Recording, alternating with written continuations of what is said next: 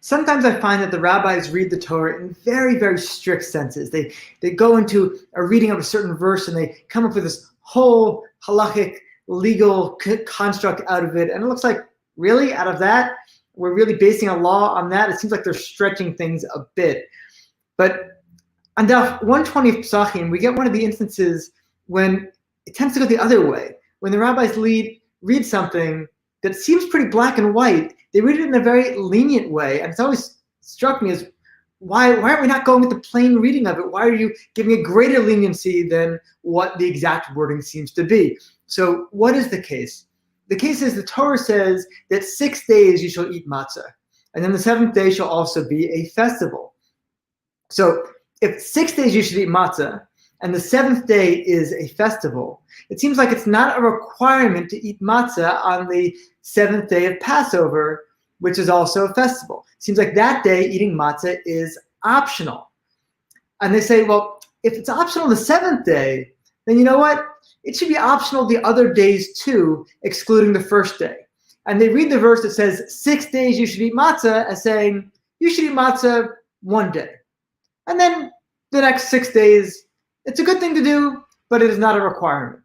I've always kind of wondered at that. Why here, of all places, do they decide to be lenient? It seems like such clear writing. 6 days you shall eat matzah. I mean, it seems so black and white. It seems to me like there's like no easier way to say it. If I was God and I wanted to tell people, you must eat matzah for all 6 days, for the first 6 days, I couldn't think of a way to word the statement that would be any more clear. Maybe if I said 6 days you shall eat matzah, and I really mean it, I don't know what else the Torah could possibly say to indicate that you shall eat matzah for 6 days.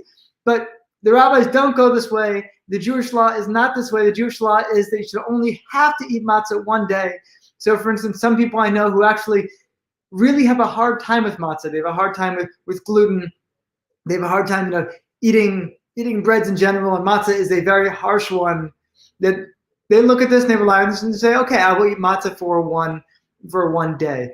Me personally, I try to make sure that every single day of the 7 days of Passover that I do at least have some matzah. To me, it is a real part and parcel of the holiday. There are memories that can be triggered through different things. You can hear a sound and that can trigger a certain memory. You could smell something that could trigger a certain memory. But one of the strongest is taste. And to me, I think one of the reasons why the Passover Seder is so incredibly powerful is because we have so many of our senses involved with it. There are certain smells, there are certain tastes, there are certain songs that we only associate with Passover and that we've been hearing back from the time we were little kids.